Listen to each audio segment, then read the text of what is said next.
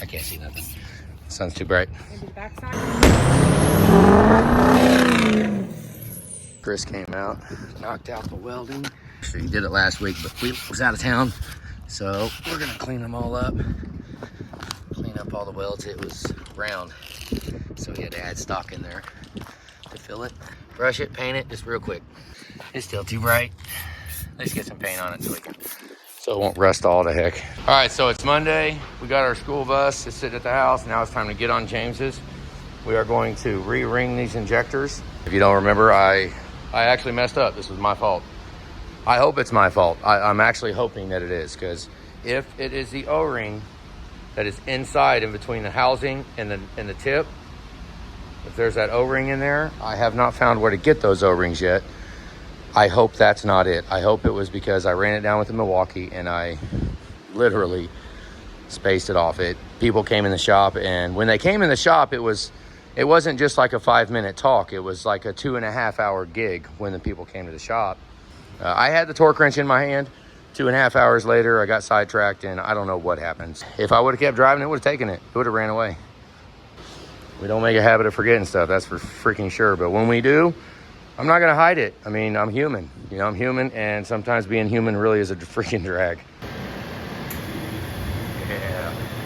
That new burner's nice. I think I got that from West Brothers in Utah. It preheated for about 3 minutes. And those of you that know, that is really, really good for an oil burner. To only preheat for, oh, see the little stumble? For it to only preheat for a couple minutes. Hopefully we get to this today. I want to go ahead and get the injectors in and do a drive and get all the air purged out. And then we'll come back and then we'll bang on that rear diff cover and the brakes. I'm gonna start by just bleeding. Let's just see if we can get them bled out, because the brakes didn't make any noise, and I haven't looked at the level of pads. The problem would be that the brake fluid was low, and I haven't seen any brake fluid leaks. So if your brake fluid's low, a lot of times that means all that fluid is out of the master cylinder and it's down in the calipers because the brakes are worn. And the brake pads actually cause the calipers to be expanded quite a bit. So that's what we're gonna hope for, that it's just air. I guess Julie just got some totes so we can move stuff. I think she went a little crazy. Well, we was debating on totes, boxes. How much were these a piece? $5. $5 a piece, and they are, well, that big. We might be able to stack them up in that bus.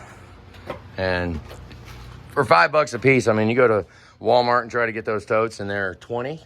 Probably. Yeah. It's 13, $20 a piece.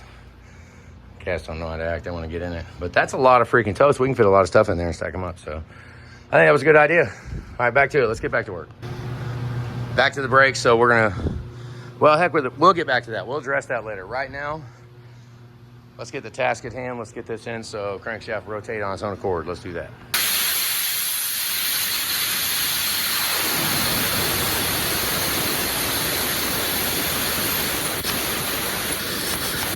Blow out quite a bit. And then look down in each one. Look at the bottom cup. There's always a little bit on the front ledge, so that's when we'll take and let's see if we can't clean that a little better. Okay, this is when I will take this screwdriver and very lightly, I said that it's the same with 6 liters, just take it down and you just feel where that little ridge is. It takes nothing to take it off. Like literally just touch it. Just touch it and then nylon brush one more time and then blow it out. I mean, I'm actually lifting up. I'm not even putting the whole weight of the screwdriver on it. Just rubbing it along, and if you feel the tip of the screwdriver, you can feel where there's stuff at. Just very lightly run around. I mean, we could get, the wire brushes. I've tried those. They last for a little while, and then inevitably the brushes get deformed, so I don't know. Maybe I haven't found the right ones yet. So we'll keep doing this. We'll clean them all up. Just run around, make sure that we get any ridges off, and let her go. So we are going to use this. We got the orifice tube line in the dryer. We're going to go ahead, accumulator. We're going to go ahead and replace that, put those on, because, we didn't do it to begin with. The AC was all right, I guess, but we're not going to with how it's recovering right now. See, it keeps bouncing back and forth. It goes to recover. That means the system is not clean. So that's just what I've seen, is that if it doesn't just suck it all down and recover everything, then we're kind of, yeah. So let's not do that. Go ahead and get the dryer in the orifice tube, because it could be like the orifice tube could look like crap. The dryer could be, you know, just condensation in it and cause it to get all gummed up, and then it won't flow good. It should recover a lot faster than this. It should suck it all out and then go to vacuum. But right now it reads the pressure goes down. See, it's trying to recover, and then it goes to vac in because it thinks that it's not pulling any more out. So it goes to vac, it busts whatever is in the line, busts it loose, brings the pressure back up, and then goes back to recover. So anytime it does that, that would, right there, just do it again. See, it'll do it constantly until the pressure goes down. So, yeah, let's see if we can't do everything we can to remedy that.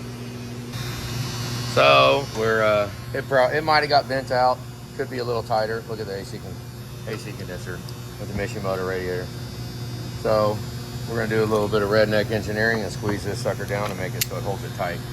Really don't want that condenser bouncing around as it drives down the road. Yeah, push and puller. Push pin puller.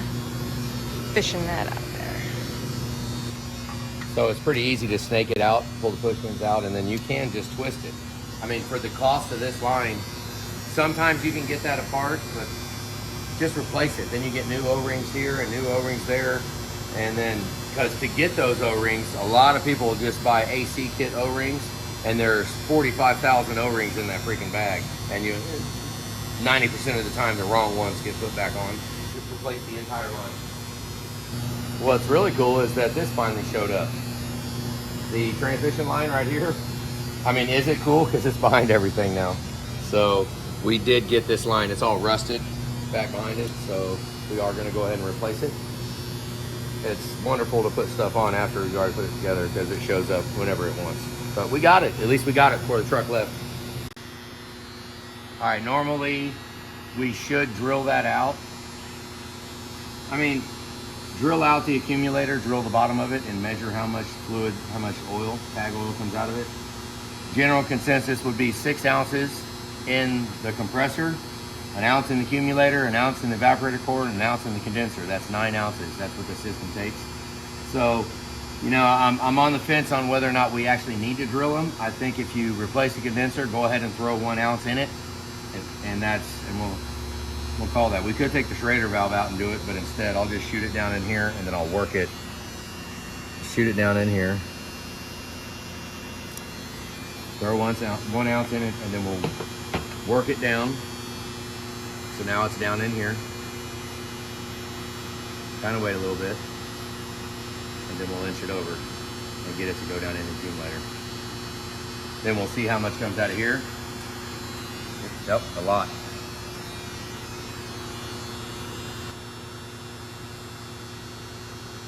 Spin it around until we get a little bit out of this one, but not really that important. But we just want it to be down in there. It'll make, there you go. And then I use PAG oil on all of the lubricant for the O-rings. To put all the O-rings together, don't use oil. I just use PAG oil because it's safe, right? It's the oil that's supposed to be in the system. So kind of like transmission O-rings, use transmission fluid. Coolant O-rings, use coolant, you know. But I do use oil for coolant O-rings, but you get the idea. Getting them torqued in. All right, well, it's really hard to find this short torque wrench to do this, you know. But we did find one. Injectors are torqued. Injectors are down. Now we got the lines pre-torqued. Now we're going to turn them 1 flat. Just put blue lines on it. And let's go. Inside out is what they say. So we'll start here. I mean, you got it. Ready? I hate starting with the easy ones. They're easiest to record. Yep. 1 flat. Just about like that. Whoa, that's sharp. Okay. Think he's got all these turned out at 1 flat. I'm doing there to see it. Back ones. These are a pain cab on. But they can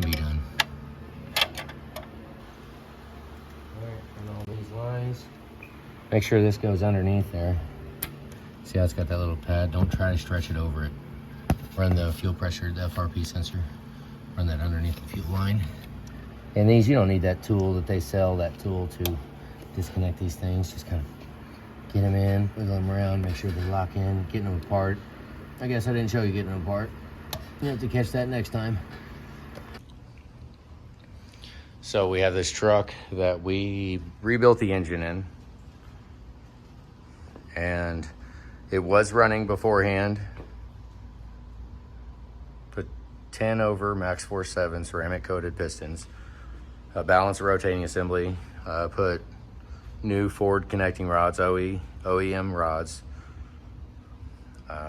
O'Reilly's fan clutch, which is a pain in the butt. I hate the fan clutch, it sucks. We put a Murray coolant pump, O'Reilly's coolant pump. We put River City diesel nozzles, stock size nozzles. Did not replace the O-rings in the nozzles because they're not available. And they don't really have issues with them. I've put a whole bunch of those nozzles in and never had an issue like this. It's making oil. Drove it, we towed it 170 miles, something like that. We towed it because we got the engine all done and we fired it up. The RPM did not return to idle as fast as I would like. So in hindsight, that was a red flag right there. But it was running, it was good. I drove it all up north and I had 350 miles on it. And I ran it pretty hard up north. That's the only saving grace is what I'm saying. That's why it went so hard. It went so long because I was burning off. The crankcase filled up on the way up north, but I was running fast. I was running it. And when I got up there, I don't know if I checked the oil or not. We have videos of that. So I figured, you know what, I worked it hard and it got to cool off in the shop up north. And so I got back in and I said, I'm not gonna work it. We're gonna do, 60 to 75, 60 to 80, that range of speed and not work it hard and just let it run. And I believe that by doing that, it allowed the oil to actually build and consume. And it built up and it started hazing out the back, and I felt it in the pedal, just a little funky, and I pulled over. I mean, we was 100 and some odd miles from the shop, but yeah, I stopped, done. Backed it into a parking spot. Julie's got a picture of it. Backed it in spot and left it. Said it ain't worth it. There's too much investment in it for an injector or whatever reason, a fuel tube. And they've all been new fuel tubes every time. That's not cheap. That's a bummer. But so it came back in with high crankcase oil, right? The oil was extremely high. So drained that out, and first thoughts, injectors. Towed it in here, drained it, took all the injectors back out, replaced the injectors, O-rings and tubes. Replaced them. The crush washers that came out of it, the injectors, none of the injectors were burnt. See the defining lines? They weren't sealed. They weren't sealed. So you make your mind up on what happened. So we went back and I redid it. And I mean, yeah, hindsight, probably could have just torqued them right back down. Right? And none of them were burnt. That video's up there.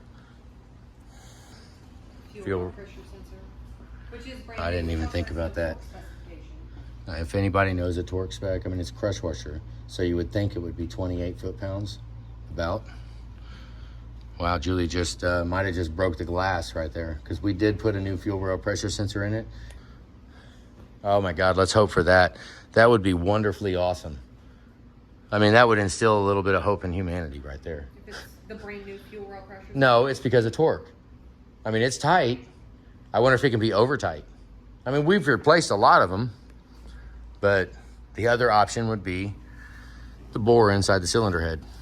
And I do have, I mean, I actually did wire brush it with a brass brush. I mean, if it's cavitated up there and it's leaking from the return side of the fuel, at that point we turn on the fuel pump. We're gonna drain the oil right now and turn on the fuel pump. Now I'm debating on what drain pan to use because this size, this drain pan right there should fill up about 1.5 inches from the bottom is where it should be. We're gonna have the other one there. I don't know how much is gonna come out, but by the way, the drain plug, I know I beat the heck out of it, but it's block drain. I don't know that I mind it. I mean, after this ordeal, I've gotten to use it quite a bit. Right? What's in here? It's gonna get all over me, maybe. Your shot tower right above your head. Looks like brand new oil. Battery's got 30 freaking miles on it. It drains fast. We're gonna make a little bit of a mess.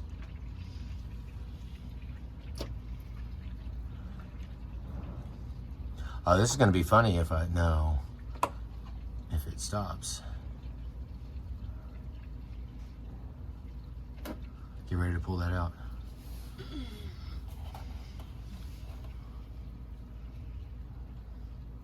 I'm calling it. Go. Let's see how long it goes now. I mean, that was plus or minus a little bit, but we're probably on borrowed time about now. Right? Yeah. No, it was over. Way over. See when it stops. It's starting to. Still looks super clean. You want me to pop the filter out?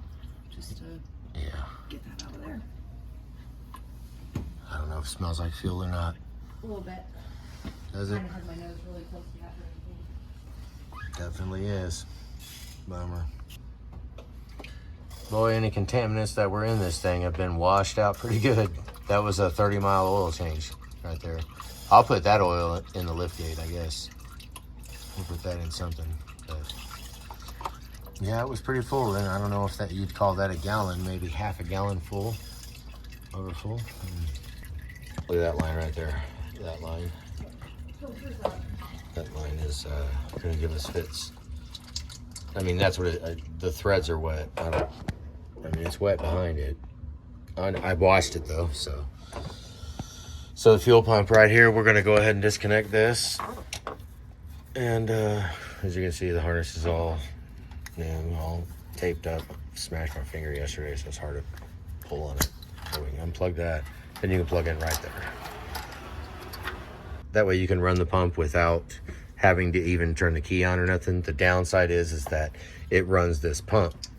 So we're wearing the pump out, you know. Oh, there comes a bunch. So we're gonna command this on real quick. If I felt comfy that we put a new fuel pump on it, that it would be okay, I would buy a fuel, or, I mean, I do have a fuel pump right there. A 6-liter fuel pump. Nah, so we got fuel pumps everywhere. That might even be a new fuel pump. But run that. Just don't want to wear it out, you know. I don't want to sit here and run your fuel pump because we needed to test for an issue. So we're taking life off of your pump because we're trying to test. That's not, no. I mean, we need to put a different pump on it. Yeah, it's gonna have to drain for a little. You won't ever know if it's fuel with it driven like that. So I guess I mean, what, it's 2:30, 3 o'clock right now? Guess we could go eat lunch. Come back and see if it's still dripping. Let's get everything set up and ready to hook it up. About 410 some odd miles on it. Did it focus? Oh, it did focus. Rear cover. Right there's a high pressure pump cover. There you go. Oh, look at that, there's sealant smudged on it. Really? We know exactly what it was if it was an external leak. Well, yeah, that would have been like the very first moment we fired the truck up. Like, Jesus, what It the never heck? would have left the bay. Actually, it probably we would have got it before we dropped the cab when we primed fuel. Yep.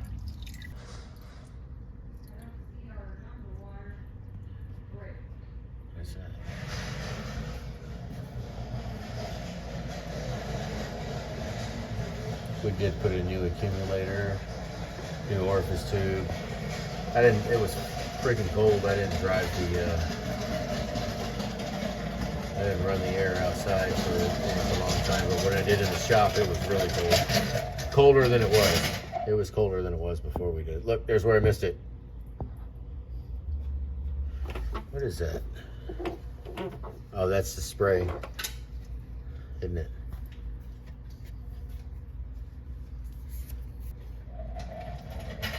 I think it's anaerobic. The right one. I think residue. Yeah, but on the flip side of that, it could only take This 2 does. minutes of running to see it leaking in. This does have about 400 and some odd miles. So as far as there being any leaks, if there was going to be like a first off external leak, we would see it by now.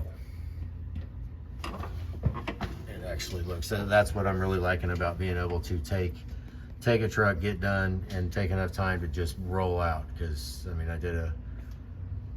mean, just snap of a finger, we had 350 miles on it. And everything looks good. So externally, you know, this fuel leak is going to be a freaking drag. I mean, if we got to go to the pump, I mean, I just, like I said, I've yet to have a pump leak externally, or I mean internally leak externally of the pump. I haven't had one, or I haven't diagged one. Right now we're going to plug it in. Let's see if something jumps out at us. From now on, we are going to prime the fuel with the drain plug out, just in case, just to check. Julie got some clear plastic cups that work real good. So we are going to run it for a little bit. Clean this up and get it actually slowed down to a drip now. It hadn't slowed down yet until just now, so I was going to put that in a drain pan, right, just in case it overflows all the way over. But at least it slowed down. But there'll be a lot of oil come out of that, just drip residual off the inside of the engine. Take a long time, especially on a cold engine. Okay, so right now we're not going to run that aimlessly. We're not going to do this. I just wanted to have it set up so that when we get back, we can just hook up the battery cable and it'll start pumping. We have to have it stop dripping. The only thing this is going to tell is if we can definitively find a leak by taking the valve covers off without running the truck. That's what I would like to know right now, because if we can do it, and I mean, because we can always do this afterwards. I mean, I would gladly take the valve covers off and energize this fuel if it is proven fruitful to find a result. Yeah, so go ahead and unplug it. Hopefully when we come back, this will be done dripping, and then we'll put another cup under a clear cup, kick the fuel pump on, and then if any drips come out at all, then there you go. It'll tell us that, hey, we can at least look in there and see a leak. Because it would be two different things if I'm taking the valve covers off to be able to run the truck with the, I mean, that's, you know, I would just like to know before we tear into it if the plan is going to be to run the truck with the valve covers off. So this right here will tell us if it's a return. So I think that it would leak out of the O-ring, the physical O-ring on the injector. I think it would leak from the 6 pounds that this pump is putting out. I would, maybe, I hope. It'd be cool if it would. That's all I'll say. Yeah, so we're gonna let it sit here and drip for a while, and then we'll come back. What time is it right now? 2:33. 2:33.